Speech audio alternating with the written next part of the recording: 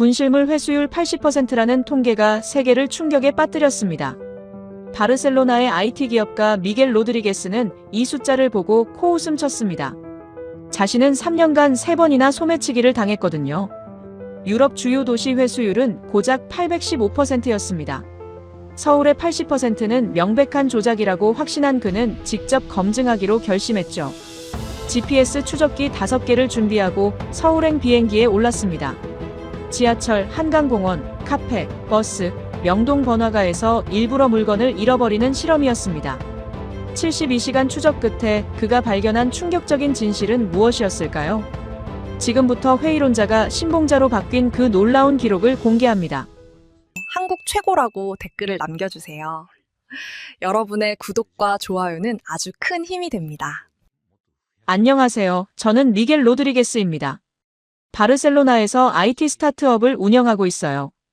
지금부터 제가 서울에서 경험한 믿기 힘든 이야기를 들려드리겠습니다. 2023년 9월 어느 월요일 아침이었어요. 사무실에 출근해서 커피를 마시며 뉴스를 훑어보고 있었습니다. 그때 한 기사가 눈에 들어왔어요. 한국 서울시 분실물 회수율 80% 달성이라는 제목이었죠. 처음에는 오타인 줄 알았습니다. 80%라니요. 8%에 오타겠거니 했어요. 기사를 클릭해서 읽어내려갔습니다. 서울시 통합분실물센터가 2022년 한 해 동안 처리한 분실물이 120만 건이었고 그중 96만 건이 주인에게 돌아갔다는 내용이었어요. 정확히 80%였습니다. 지하철, 버스, 택시, 공공장소에서 분실된 물건들의 80%가 주인을 찾아갔다는 거죠. 저는 웃음이 나왔습니다. 말도 안 되는 소리였거든요. IT 업계에서 10년 넘게 일하면서 데이터를 다뤄왔지만 이런 수치는 처음 봤어요. 분명히 통계 조작이거나 계산 방식에 문제가 있을 거라고 생각했습니다. 제 노트북 옆에 놓인 지갑을 봤어요. 3년 전에 산 지갑이었습니다. 사실 이건 제 4번째 지갑이에요. 왜냐하면 앞에 3개는 모두 도난당했거든요. 첫 번째는 2019년 람블라스 거리에서였습니다. 관광객들로 붐비는 오후였어요. 주머니에 넣어둔 지갑이 사라졌죠. 현금 150유로와 신용카드 3장이 들어있었습니다. 경찰서에 신고했지만 찾을 가망이 없다는 답변만 돌아왔어요. 두 번째는 2020년 지하철 L3 노선에서였습니다. 출근 시간대였고 사람들이 많았어요. 백팩 옆 주머니에 넣어둔 휴대폰이 없어졌습니다. 아이폰 11이었죠. 그때는 파인드 마이 아이폰으로 추적도 해봤는데 이미 꺼져 있었어요. 세 번째는 2021년 카페에서였습니다. 화장실 다녀온 5분 사이에 의자에 걸어둔 백팩이 사라졌어요. 노트북과 태블릿이 들어있었습니다. 총 피해액이 2,000유로가 넘었죠. CCTV를 확인했지만 범인은 모자를 깊게 눌러쓰고 있어서 얼굴을 알아볼 수 없었습니다. 주변 친구들도 비슷한 경험이 많았어요. 동료 하비에르는 작년에 파리에서 여권을 도난당했고 사촌 카를로스는 로마에서 카메라를 잃어버렸습니다. 유럽에서 사는 사람들에게 소매치기나 분실은 일상적인 일이에요. 그래서 80%라는 숫자가 더욱 믿기지 않았습니다. 저는 바로 유럽 주요 도시들의 분실물 회수율을 검색해봤어요. 바르셀로나는 12%였습니다. 파리가 8%, 런던이 15%, 로마는 6%였어요. 가장 높은 런던도 15%에 불과했죠. 그런데 서울은 80%라고요? 5배 이상 차이가 났습니다. 이건 통계적으로 말이 안 됐어요. 같은 대도시인데 이렇게 큰 차이가 날 수 없거든요. 동료들에게 기사를 보여줬습니다. 모두 비슷한 반응이었어요. 말도 안 된다, 조작이다, 계산 방식이 다를 거다, 그런 반응들이었죠. 점심시간에 5명이 모여 이 주제로 토론을 했습니다. 누구도 80%를 믿지 않았어요. 그날 저녁 집에 돌아와서도 계속 생각했습니다. 정말 조작일까요? 아니면 계산 방식이 특이한 걸까요? 궁금증이 커졌어요. IT 기업가로서 데이터의 진실을 확인하고 싶다는 욕구가 생겼습니다. 다음 날 아침 결정했어요. 직접 가서 확인해 보기로요. 서울에 가서 실험을 하는 겁니다. 제가 직접 물건을 잃어버려 보고 정말 돌아오는지 확인하는 거죠. 과학적인 방법으로 검증하는 겁니다. 비행기 티켓을 검색했습니다. 바르셀로나에서 서울까지 직항이 없었어요. 프랑크푸르트나 파리를 경유해야 했습니다. 2주 후 출발 티켓을 예약했어요. 왕복 1,200유로였습니다. 팀원들에게 2주간 한국 출장을 간다고 말했습니다. 신규 시장 조사 차원이라고 설명했죠. 사실 분실물 실험을 하러 간다고 말하면 미쳤다고 할 게 뻔했으니까요. 출발 전까지 철저하게 준비했습니다. GPS 추적기 5개를 주문했어요. 작은 크기의 배터리가 72시간 가는 제품이었습니다. 지갑, 백팩, 이어폰 케이스에 넣을 수 있을 만큼 작았죠. 실험 계획서도 작성했습니다.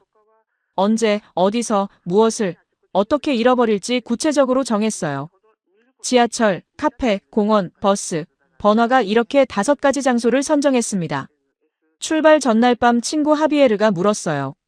진짜 가는 거야? 미친 짓 같은데?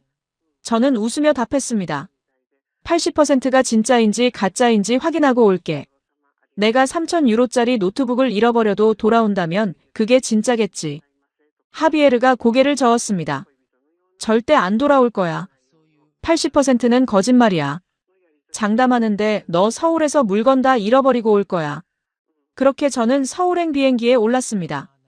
가방 안에는 GPS 추적기 5개와 실험용 물건들이 들어있었어요. 80%라는 숫자의 진실을 밝혀내겠다는 결심과 함께요. 인천공항에 도착한 건 금요일 오후 4시였습니다. 12시간 비행이었지만 흥분 때문인지 피곤하지 않았어요. 입국 심사를 마치고 수화물을 찾았습니다. 캐리어 하나와 백팩 하나가 전부였죠. 공항철도 매표소로 갔습니다. 서울역까지 가는 직통열차 표를 샀어요. 9,000원이었습니다. 유로로 환산하니 약 6유로 정도였죠. 바르셀로나 공항철도보다 저렴했습니다. 열차 안에서 가방을 열어 실험 도구들을 확인했습니다.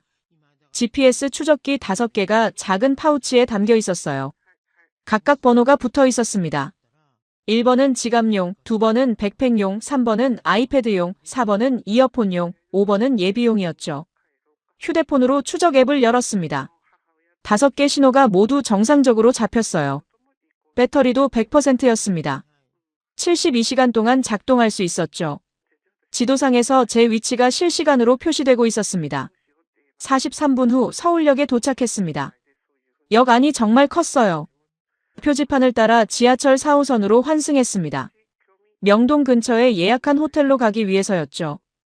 호텔 체크인을 마치고 짐을 풀었습니다. 그리고 노트북을 열어 서울 지하철 노선도를 다시 확인했어요. 출발 전에 이미 조사는 끝냈지만 현장에서 한 번 더 점검하는 게 중요했습니다. 2호선이 가장 혼잡한 노선이라는 정보를 확인했습니다. 서울의 주요 환승역들을 거치고 하루 승객 수가 200만 명이 넘었어요. 바르셀로나 전체 지하철 승객 수와 비슷한 수준이었죠. 홍대 입구역에서 합정역 구간을 선택했습니다. 한 정거장 거리였고 퇴근 시간대에 가장 붐빈다는 정보가 있었어요.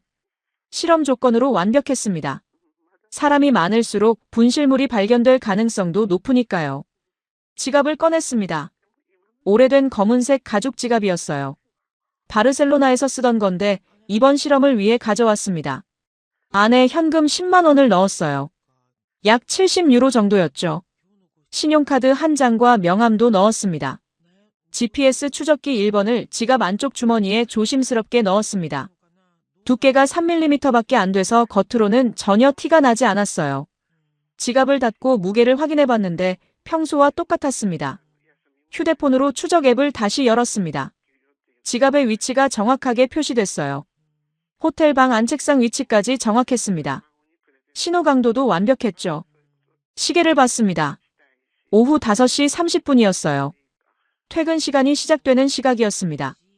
지금 출발하면 6시쯤 홍대 입구역에 도착할 수 있었죠. 완벽한 타이밍이었습니다. 옷을 갈아입고 호텔을 나섰습니다. 명동역에서 4호선을 타고 동대문역 사문화공원역에서 2호선으로 환승했어요. 익선동 방향 열차에 올랐습니다.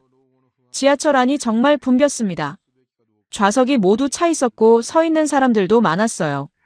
바르셀로나 출근 시간대랑 비슷한 수준이었죠. 창밖으로 역 이름들이 지나갔습니다. 을지로3가, 을지로4가, 동대문역 사문화공원. 홍대 입구역 한 정거장 전인 신촌역에서 내렸습니다. 다시 반대 방향 열차를 기다렸어요. 이번에는 시청 방향이었습니다. 5분 후 열차가 도착했고 올라탔습니다. 객차 안을 둘러봤습니다. 7인용 좌석 두 줄이 마주보고 있었어요. 한쪽 끝자리가 비어 있었습니다. 그 자리로 걸어가 앉았어요. 심장이 빨리 뛰기 시작했습니다. 이제 실험을 시작할 시간이었거든요. 가방에서 지갑을 꺼냈습니다. 무릎 위에 올려놓고 휴대폰을 보는 척했어요. 홍대 입구역 안내방송이 나왔습니다. 한국어 다음에 영어, 중국어, 일본어로도 나왔어요. 열차가 속도를 줄이기 시작했습니다. 지갑을 옆자리에 살짝 밀어놓았습니다. 좌석 구석에 자연스럽게 기대어 있게 했어요. 마치 실수로 떨어뜨린 것처럼 보이게 하려고 애썼습니다. 열차가 멈췄습니다. 문이 열렸어요. 저는 일어나서 휴대폰만 들고 내렸습니다. 뒤를 돌아보지 않았어요. 그냥 다른 승객들처럼 자연스럽게 걸었습니다. 개찰구를 빠져나와 9번 출구로 올라갔습니다. 지상으로 나오니 홍대 거리가 보였어요. 사람들이 정말 많았습니다. 금요일 저녁이라 그런지 젊은 사람들로 가득했죠. 근처 카페를 찾았습니다. 2층짜리 건물이었는데 창가 자리가 있었어요. 아메리카노를 주문하고 구석 테이블에 앉았습니다. 휴대폰을 꺼내 추적 앱을 열었습니다. 손이 떨렸어요. 화면에 지도가 나타났고 빨간 점 하나가 표시됐습니다. 지갑의 위치였죠. 지갑은 여전히 홍대 입구역 안에 있었습니다. 정확히 2호선 플랫폼 위치였어요. 아직 열차 안에 있다는 뜻이었습니다. 시간을 확인했습니다. 오후 6시 4분이었어요. 노트에 기록했습니다. 실험 시작 시각, 위치, 상황을 자세히 적었어요. 과학적인 실험이니까 모든 걸 문서화해야 했습니다. 지도를 계속 지켜봤습니다. 빨간 점이 움직이기 시작했어요. 합정역 방향으로 이동하고 있었습니다. 열차가 출발한 거죠. 다음 역은 합정역, 그 다음은 당산역이었습니다. 빨간 점이 멈췄습니다. 신도림역 근처였어요.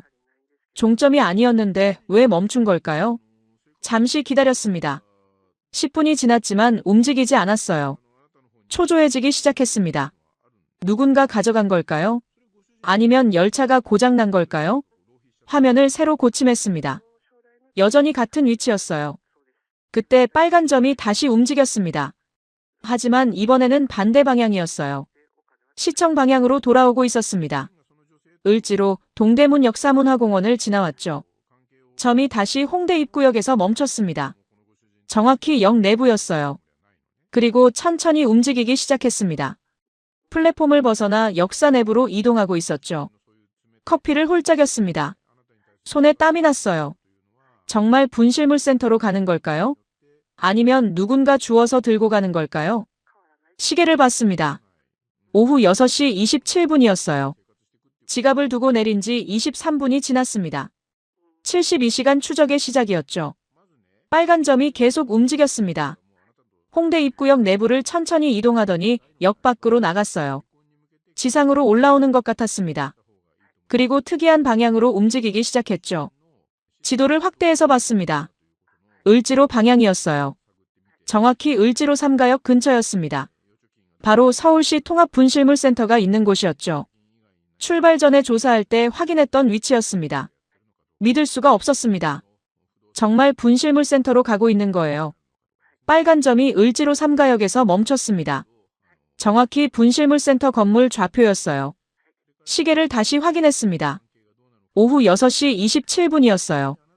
지갑을 두고 내린 게 6시 4분이었으니까 정확히 23분이 걸린 겁니다. 지하철 좌석에서 분실물센터까지 23분이요.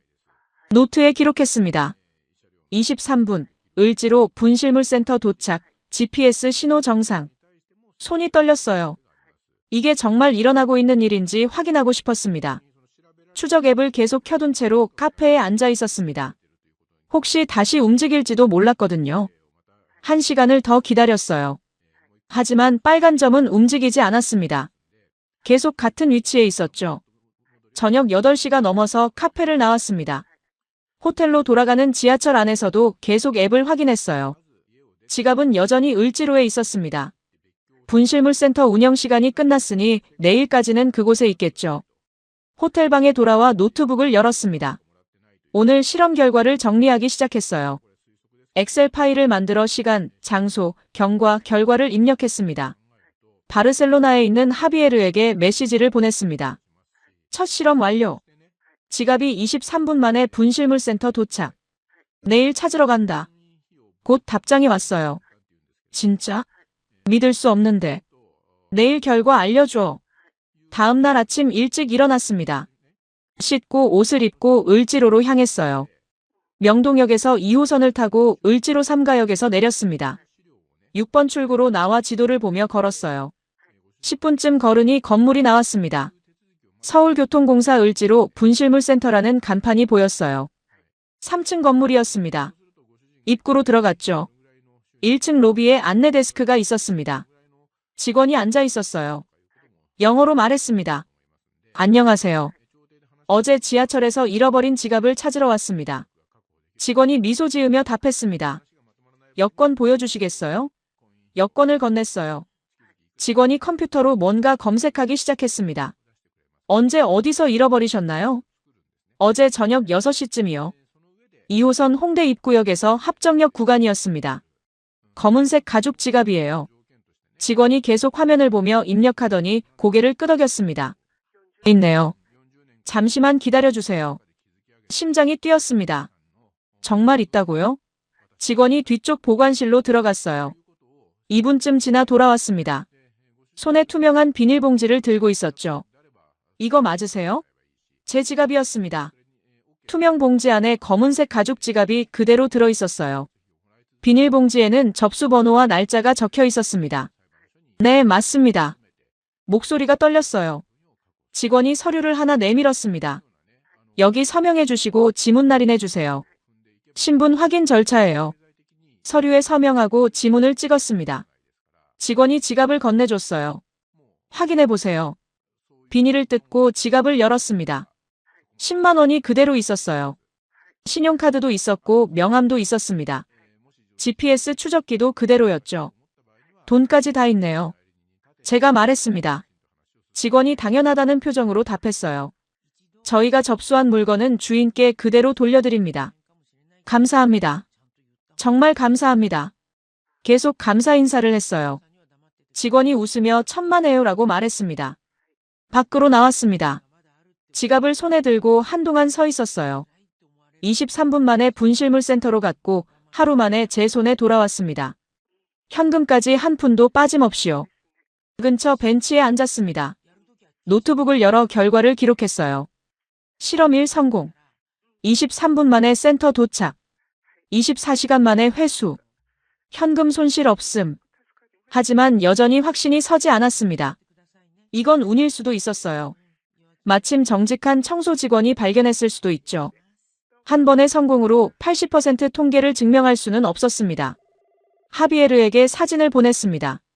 지갑 사진과 센터 영수증 사진이었어요. 곧 답장이 왔습니다. 와, 진짜 찾았네. 근데 이건 운이 좋았던 거 아냐? 한 번으로는 부족해. 맞는 말이었습니다. 과학적 실험은 반복 가능해야 했어요. 한 번의 성공은 우연일 수 있었습니다. 더 많은 실험이 필요했죠. 노트를 펼쳤습니다. 실험 계획 2, 3, 4, 5를 다시 확인했어요. 한강공원, 카페, 버스, 번화가. 4곳이 더 남아 있었습니다. 각각 다른 환경이었고 난이도도 달랐죠. 특히 번화가 실험이 궁금했습니다. 명동이나 강남 같은 곳에서 지갑을 놔두면 어떻게 될까요? 사람이 많고 관광객도 많은 곳이었죠. 바르셀로나 람블라스 거리 같은 곳이었습니다. 호텔로 돌아가는 길에 편의점에서 물건을 샀습니다. 새 백팩과 이어폰 케이스였어요. 실험 2사에 사용할 물건들이었죠. 아이패드는 이미 가져왔고요. 그날 저녁 실험 2를 준비했습니다. GPS 추적기 2번을 백팩 안쪽 주머니에 넣었어요. 배터리를 충전하고 신호를 확인했습니다. 모두 정상이었죠. 내일은 한강공원입니다. 일요일 오후에 벤치에 백팩을 놔두는 거예요.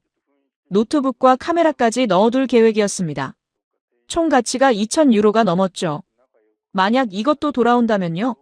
그러면 80%가 진짜일지도 모릅니다. 하지만 아직은 확신할 수 없었어요. 한 번은 운이었을 수 있으니까요. 일요일 아침 날씨가 좋았습니다. 맑은 하늘에 구름 한 점 없었어요. 한강공원 실험을 하기에 완벽한 날이었죠. 호텔에서 체크아웃하고 여의도 근처 게스트하우스로 짐을 옮겼습니다. 한강이 가까운 숙소였어요. 백팩을 준비했습니다. 회색 노스페이스 백팩이었어요. 안에 맥북 프로와 소니 카메라를 넣었습니다. 둘 다 작년에 산 최신 모델이었죠. 총 가치가 2,300유로 정도 됐어요. GPS 추적기 2번을 백팩 안쪽 지퍼 주머니에 넣었습니다. 신호를 확인하니 완벽했어요. 배터리도 100%였죠. 72시간 작동 가능했습니다. 오후 2시쯤 여의도 한강공원으로 나갔습니다. 일요일이라 사람들이 정말 많았어요. 자전거 타는 사람, 조깅하는 사람, 돗자리 펴고 앉은 가족들까지 다양했습니다. 공원을 걸으며 적당한 장소를 찾았습니다. 사람들이 많이 지나다니는 곳이어야 했어요. 하지만 너무 눈에 띄는 곳은 곤란했죠. 자연스럽게 입고 간 것처럼 보여야 했습니다. 나무 그늘 아래 벤치를 발견했습니다. 강변 산책로 옆이었어요. 사람들이 계속 지나다녔지만 벤치에는 아무도 없었습니다. 완벽한 장소였죠. 벤치에 앉아 10분 정도 휴대폰을 봤습니다. 주변 사람들이 저를 의식하지 않을 때까지 기다렸어요. 그리고 백팩을 벤치 구석에 놓고 일어났습니다. 근처 편의점으로 걸어갔습니다. 음료수를 사서 밖으로 나왔어요. 벤치에서 50m 정도 떨어진 곳에 앉았습니다. 백팩이 보이는 위치였죠. 휴대폰으로 추적 앱을 열었습니다. 빨간 점이 벤치 위치에 정확히 표시됐어요. 시간을 확인했습니다. 오후 2시 37분이었습니다. 30분을 기다렸습니다. 사람들이 계속 벤치 앞을 지나갔어요. 누군가 벤치에 앉았다가 일어나기도 했습니다. 하지만 백팩을 건드리는 사람은 없었죠. 1시간이 지났습니다. 여전히 백팩은 그대로였어요. 지나가던 아주머니 한 분이 백팩을 보고 멈춰 섰습니다. 주변을 두리번거리더니 그냥 지나갔어요. 오후 4시가 됐습니다. 공원 관리 직원으로 보이는 사람이 쓰레기를 수거하며 지나갔어요. 벤치 근처에 왔을 때 백팩을 발견했습니다. 주변을 살피더니 백팩을 들어 올렸죠. 추적 앱을 확인했습니다.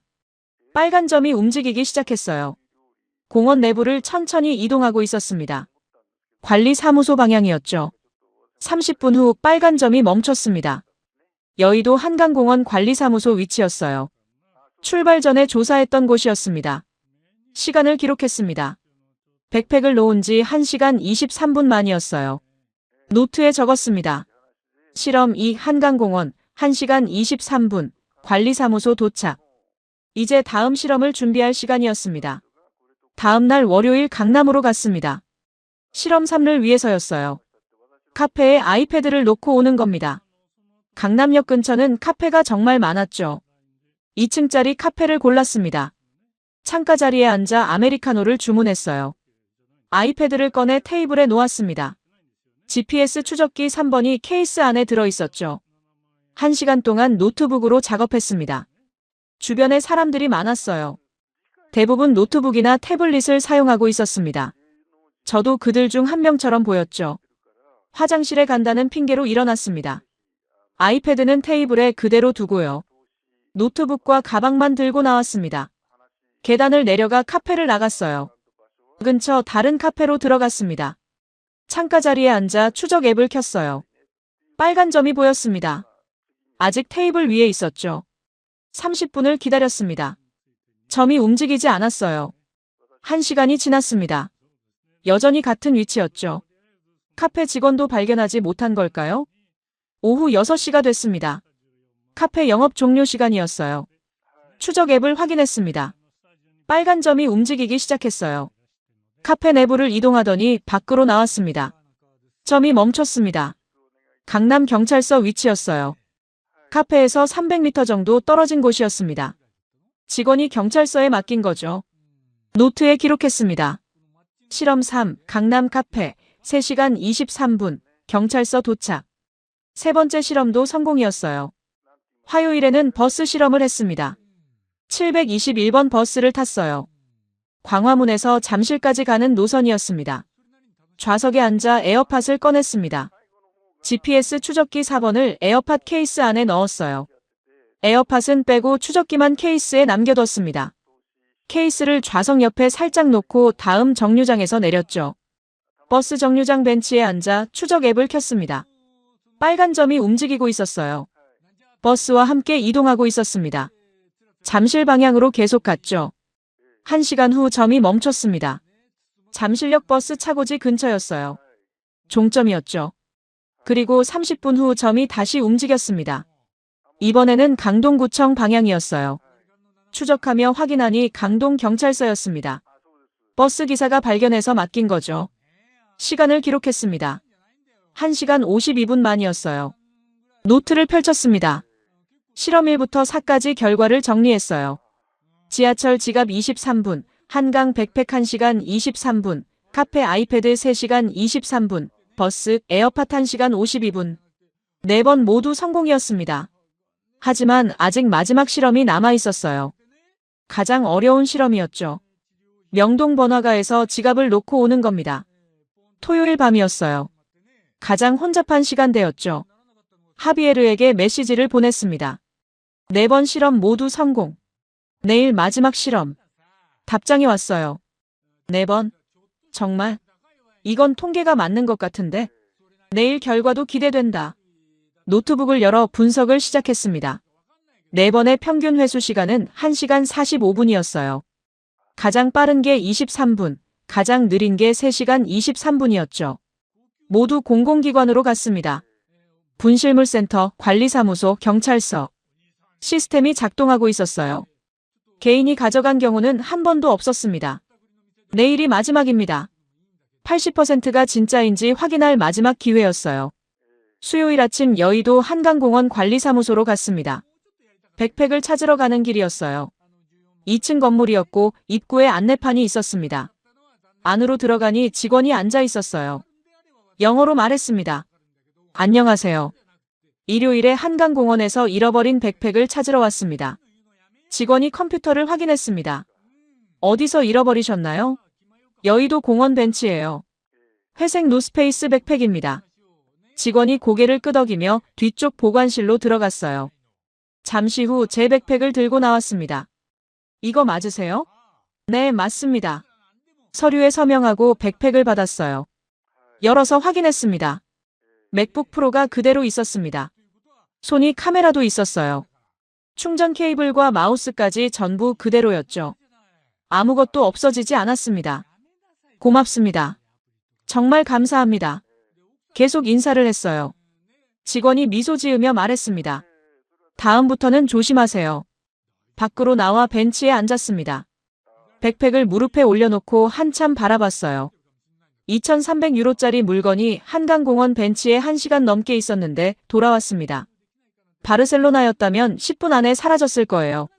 람블라스 거리에서는 가방을 등에 메고 있어도 털리는데 벤치에 놔두고 간다니요. 상상도 할 수 없는 일이었습니다.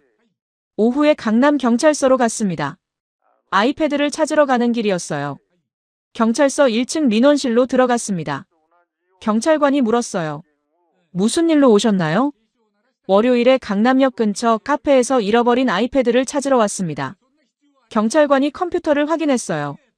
어느 카페였나요? 이름이 기억나지 않는데 강남역 2번 출구 근처였어요. 경찰관이 검색하더니 찾았다는 표정을 지었습니다. 카페 직원분이 어제 맡기신 거 있네요. 여권 보여주세요. 여권을 건넸어요. 확인 후 아이패드를 건네받았습니다. 케이스까지 그대로였어요. 화면에 지문 하나 없이 깨끗했습니다. GPS 추적기도 케이스 안에 그대로 있었죠. 감사합니다. 인사하고 경찰서를 나왔어요. 걸으면서 생각했습니다. 카페 직원이 아이패드를 발견하고 3시간 넘게 보관했다가 경찰서에 맡겼어요. 본인이 가질 수도 있었는데 말이죠. 목요일에는 강동경찰서로 갔습니다. 에어팟 케이스를 찾으러 가는 길이었어요. 같은 절차를 거쳐 케이스를 돌려받았습니다. 역시 그대로였죠. 버스 기사님이 맡기셨어요. 경찰관이 말했습니다. 종점에서 청소하다가 발견하셨대요. 바로 저희 쪽으로 가져오셨죠. 고맙다고 전해주세요. 경찰관이 웃으며 답했어요. 당연한 일 하신 거예요. 호텔로 돌아와 책상 위에 물건들을 늘어놓았습니다. 지갑, 백팩, 아이패드, 에어팟 케이스. 4개가 전부 돌아왔어요. 단 하나도 빠짐없이요. 노트북을 열어 엑셀 파일을 수정했습니다. 회수율 칸에 100%라고 입력했어요. 4번 중 4번 모두 성공이었습니다. 하지만 아직 확신이 서지 않았습니다. 표본 크기가 작았거든요. 4번은 통계적으로 의미 있는 숫자가 아니었어요. 운이 좋았을 수도 있었죠. 저녁에 하비에르와 화상회의를 했습니다. 바르셀로나는 오전이었어요. 하비에르 외에 동료 3명이 더 참석했습니다. 미겔, 진짜야? 4개 다 찾았어? 하비에르가 물었어요. 네, 전부 찾았어요. 현금까지 그대로였고요. 화면에 물건들을 보여줬습니다. 믿을 수가 없는데. 동료 카를로스가 말했습니다. 바르셀로나에서는 절대 불가능한 일이야. 백팩을 벤치에 놔뒀는데 돌아온다고. 저도 처음에는 안 믿었어요. 그래서 직접 실험한 거잖아요. 결과는 명확합니다. 4번 다 돌아왔어요. 평균 회수 시간은 1시간 45분이었고요. 이게 시스템이야 아니면 운이야? 동료 루이스가 물었습니다. 아직 모르겠어요. 시스템 같기도 하고요. 모든 물건이 공공기관으로 갔거든요. 근데 4번으로 결론 내리기는 이르지 않아? 하비에르가 말했습니다. 표본이 너무 작아. 한 50번은 해봐야 통계적으로 의미 있지. 맞는 말이었습니다. 과학적으로는 더 많은 실험이 필요했어요. 하지만 저는 이미 2,300유로짜리 백팩과 아이패드를 위험에 빠뜨렸습니다. 더 잃어버릴 수는 없었죠. 내일 마지막 실험할 거야. 명동 번화가에서. 가장 어려운 테스트지.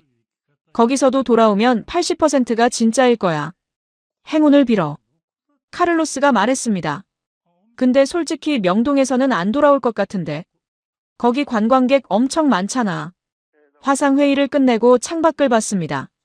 서울 야경이 펼쳐져 있었어요. 빌딩 불빛들이 반짝이고 있었습니다. 휴대폰으로 유럽 뉴스를 검색했습니다.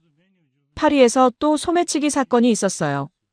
에펠탑 근처에서 관광객 15명이 피해를 봤다는 기사였습니다. 런던에서는 지하철 분실물 처리 시스템이 문제가 되고 있었어요. 직원 부족으로 분실물 회수율이 더 떨어졌다는 내용이었죠. 작년 15%에서 올해 11%로 하락했답니다. 서울과는 완전히 달랐습니다. 여기서는 지하철 청소 직원이 물건을 발견하면 즉시 신고했어요. 카페 직원은 3시간 넘게 보관했다가 경찰서에 맡겼고요. 버스 기사는 종점에서 발견하자마자 경찰서로 가져갔죠. 개인이 아니라 시스템이었습니다. 분실물을 발견하면 공공기관에 맡기는 게 당연한 문화였어요. 법적 의무도 있었지만 그보다는 사회적 규범 같았습니다. 노트에 적었습니다. 가설 한국의 높은 회수율은 인프라와 시민의식의 결합. 검증 필요 더 많은 사례와 인터뷰. 내일 명동 실험이 끝나면 분실물 센터 직원들을 인터뷰해야겠다고 생각했습니다. 시스템이 어떻게 작동하는지 자세히 알아야 했어요. 침대에 누워서도 계속 생각했습니다. 만약 내일도 성공한다면요? 5번 중 5번 모두 성공한다면요? 그러면 80%가 아니라 100%가 되는 건데요. 하지만 그건 불가능했습니다. 통계적으로 말이 안 됐어요. 세상 어디에도 100% 회수율은 없었습니다.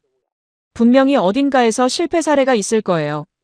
내일 명동에서 그 실패 사례를 만날지도 모릅니다. 토요일 밤 11시 번화가에서요. 가장 혼잡하고 가장 위험한 조건에서요. 금요일 아침 다시 을지로 분실물 센터로 갔습니다.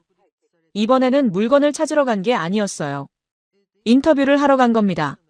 시스템이 어떻게 작동하는지 알고 싶었거든요. 1층 안내 데스크에서 담당자와 만날 수 있는지 물었습니다. 직원이 2층으로 안내해줬어요. 작은 사무실이었고 김 과장님이라는 분이 맞아주셨습니다. 무엇을 도와드릴까요? 김 과장님이 물었어요. 영어가 유창했습니다. 저는 스페인에서 온 연구자입니다. 서울의 분실물 시스템을 조사하고 있어요. 몇 가지 질문해도 될까요? 물론이죠. 앉으세요. 차 한 잔 드시겠어요? 커피를 받아들고 질문을 시작했습니다.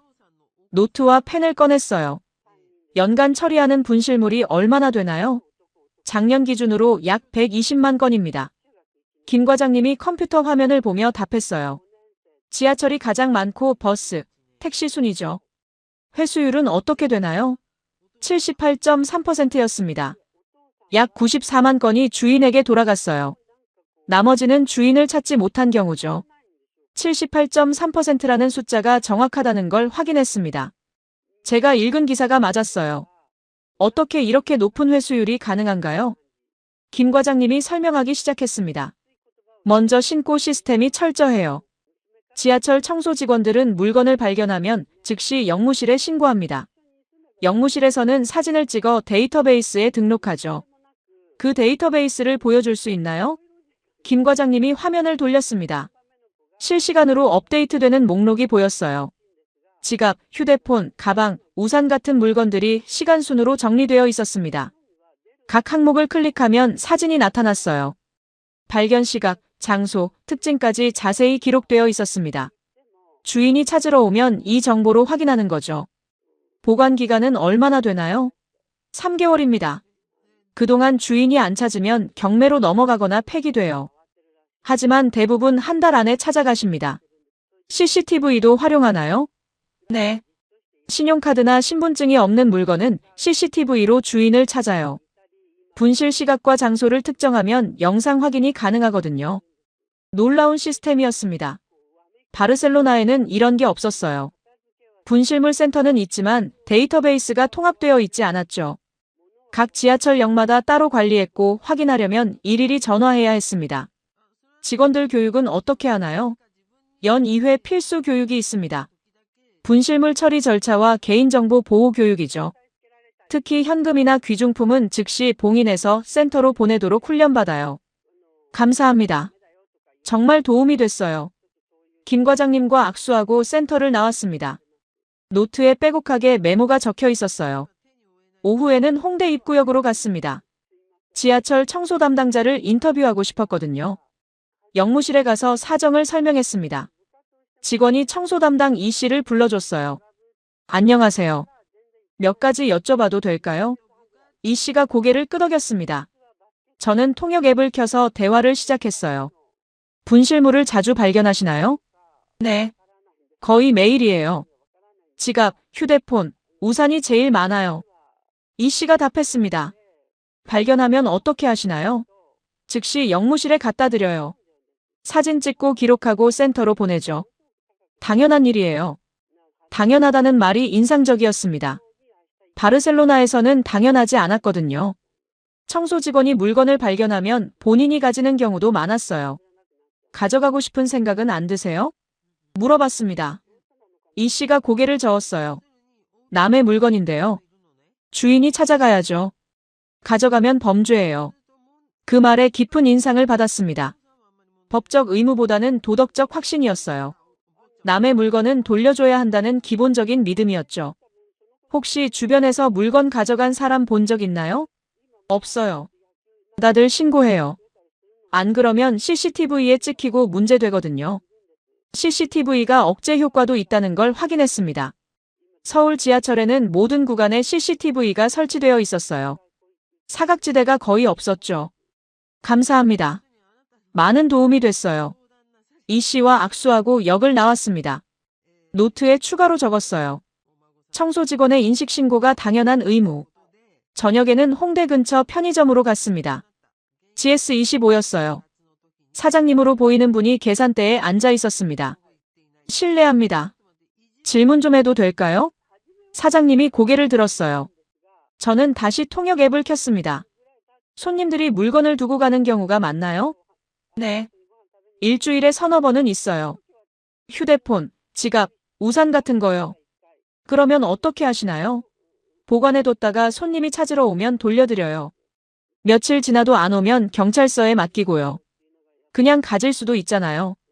왜 보관하세요? 사장님이 의아하다는 표정을 지었습니다. 손님 물건인데요. 당연히 돌려드려야죠. 또 당연하다는 말이었습니다. 여기서는 분실물을 돌려주는 게 특별한 일이 아니었어요. 기본적인 행동이었죠. 지난달에는 노트북을 맡았어요.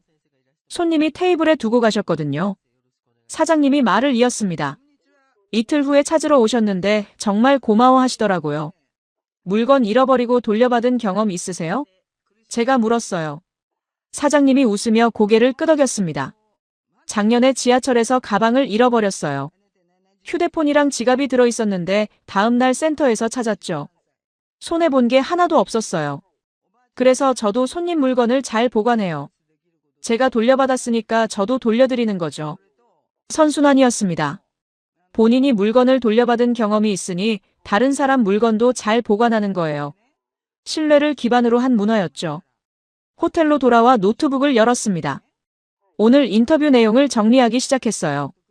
엑셀 파일에 새 시트를 만들어 시스템 분석이라고 제목을 붙였습니다. 첫 번째 요소는 인프라였습니다. 통합 데이터베이스, CCTV 네트워크, 실시간 신고 시스템이 있었어요. 기술적 기반이 탄탄했죠.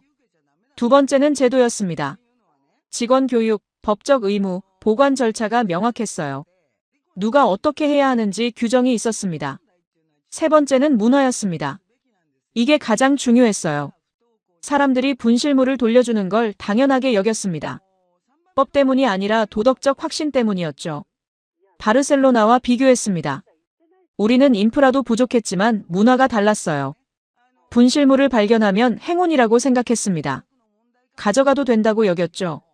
하지만 서울에서는 달랐습니다. 분실물을 발견하면 책임이라고 생각했어요. 주인에게 돌려줘야 한다고 믿었죠. 내일 마지막 실험입니다. 명동 번화가에서요.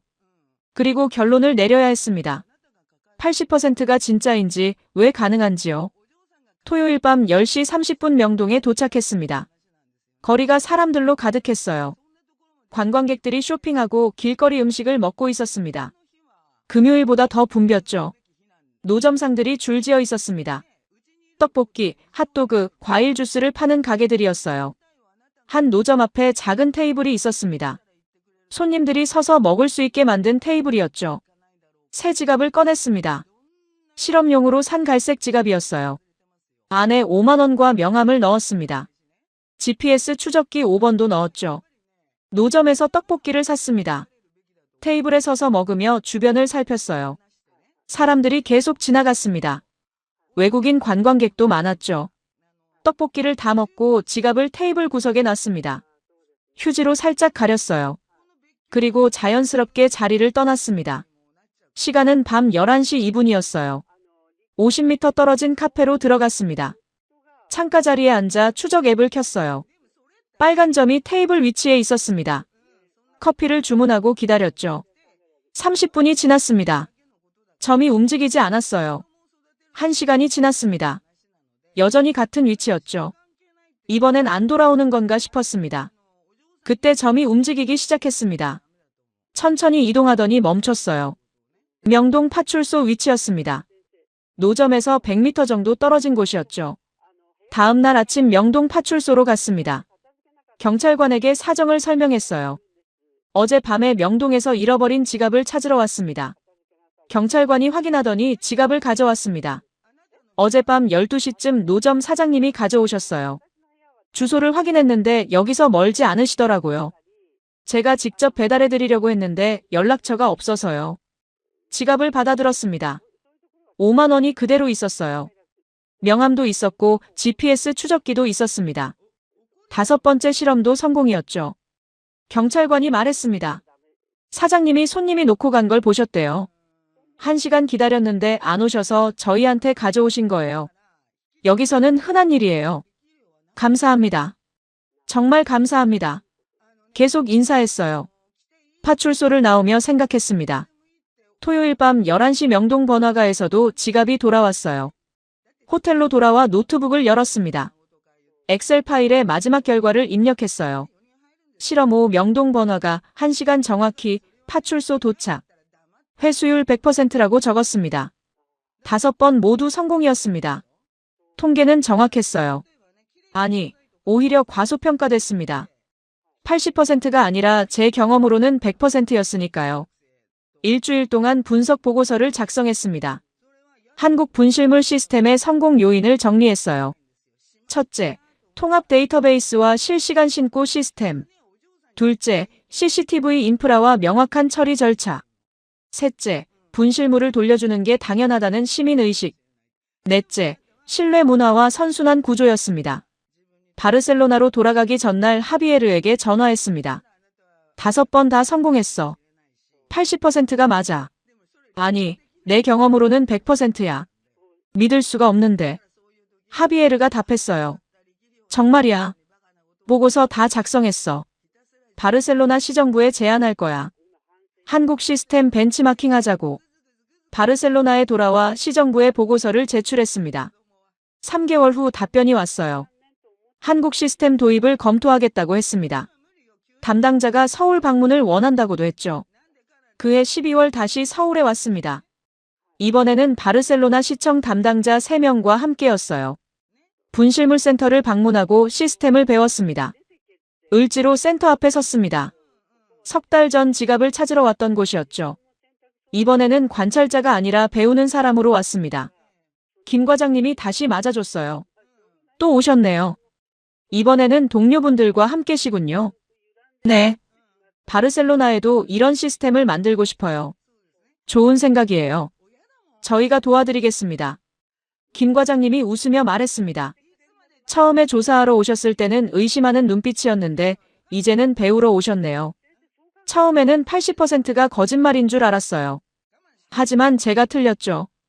통계는 정확했고 시스템은 실제로 작동했습니다. 이제 바르셀로나에도 이걸 만들고 싶어요. 3년이 지난 지금 바르셀로나 분실물 회수율은 35%까지 올랐습니다. 여전히 서울의 절반도 안 되지만 예전 12%보다는 훨씬 나아졌어요. 시스템을 배우는 데는 시간이 걸리지만 문화를 바꾸는 데는 더 오래 걸립니다. 하지만 시작은 했습니다. 그리고 그 시작은 서울에서 제가 잃어버린 5개의 물건에서 비롯됐죠. 믿을 수 없었던 80%는 진실이었고 저는 그 진실을 세계에 알리고 있습니다.